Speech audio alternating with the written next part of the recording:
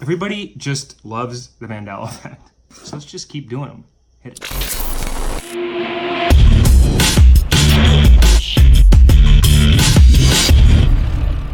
Welcome back, everybody. Jeff Pilkington at Launch TV. Here at Launch TV, we're the future, and the future is Launch TV. So we've got a bunch more Mandela effects for you today, but first I wanted to let you guys know, please subscribe below if you're liking this channel. Also feel free to like the video because it's great. I love communicating with you guys. It's been fun. We've had a lot of good times here. I will try to keep the Mandela Effect videos going in addition to the other videos that I'm starting to incorporate into everything. That being said, let's get into some new Mandela effects. Now, the first one I want to talk about is Stephen Hawking. Now, we all know Stephen Hawking. He's a freaking genius. I mean, he's no longer alive. He died recently, but we all loved him. I mean, he was just so freaking brilliant. Now, the thing about what's tricky about Stephen Hawking is people remember him winning the Nobel Prize. And they specifically remember him winning the Nobel Prize around the year 2010.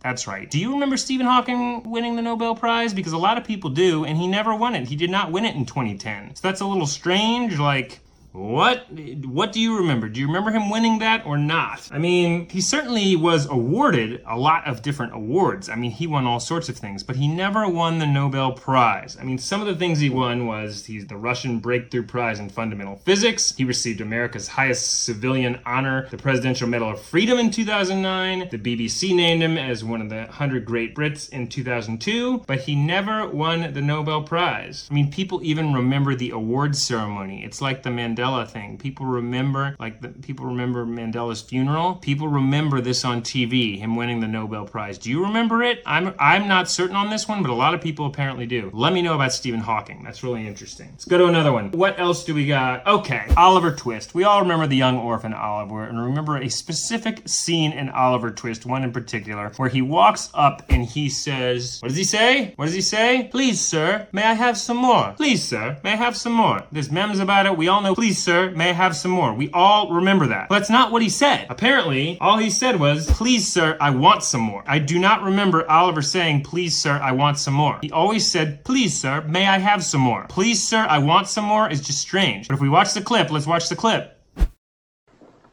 Please, sir, I want some more.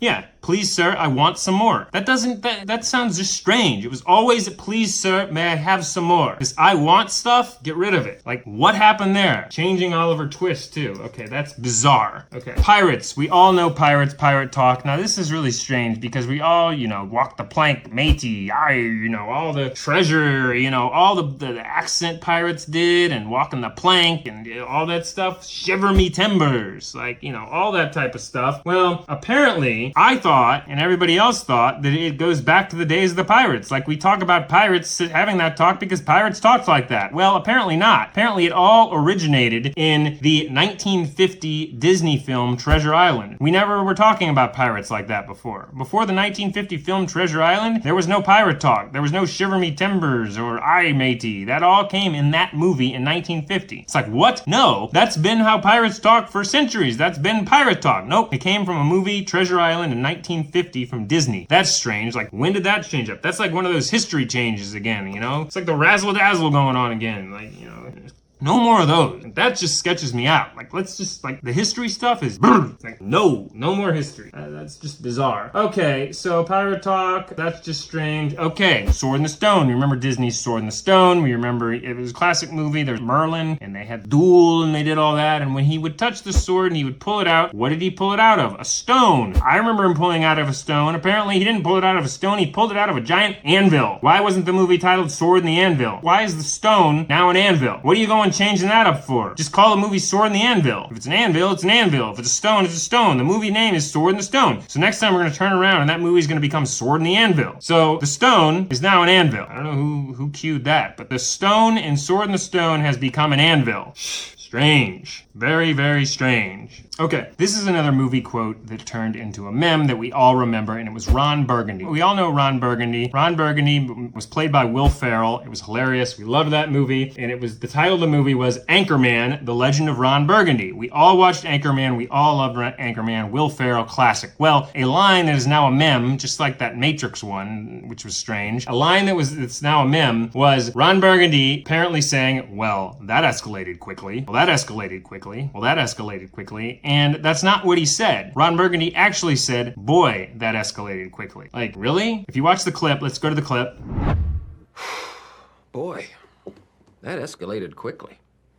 I mean, that really got out of hand fast. Okay, boy, that escalated quickly. That just sounds weird. It was always, well, that escalated quickly. And there's even memes about it. Ron Burgundy saying, well, that escalated quickly. Apparently not. He says, boy, that escalated quickly now. When did that one change? So Anchorman's now changing too. Changing lines in movies. It's always this, along the same line. It's either history or it's like lines in movies or it's brand titles, you know. Snoopy's tail? Let's look at Snoopy's tail. Snoopy's tail was always a black line. It's now this weird white thing. Who changed Snoopy's tail? That white thing just looks weird. Get it out of there. Can we like get the eraser out, Charles Schultz? Like that's just strange. Like his tail was not white. It was a black line. It was always a black line. What are we doing? What's going on here? No more of that. Okay, let's see. One or two more. I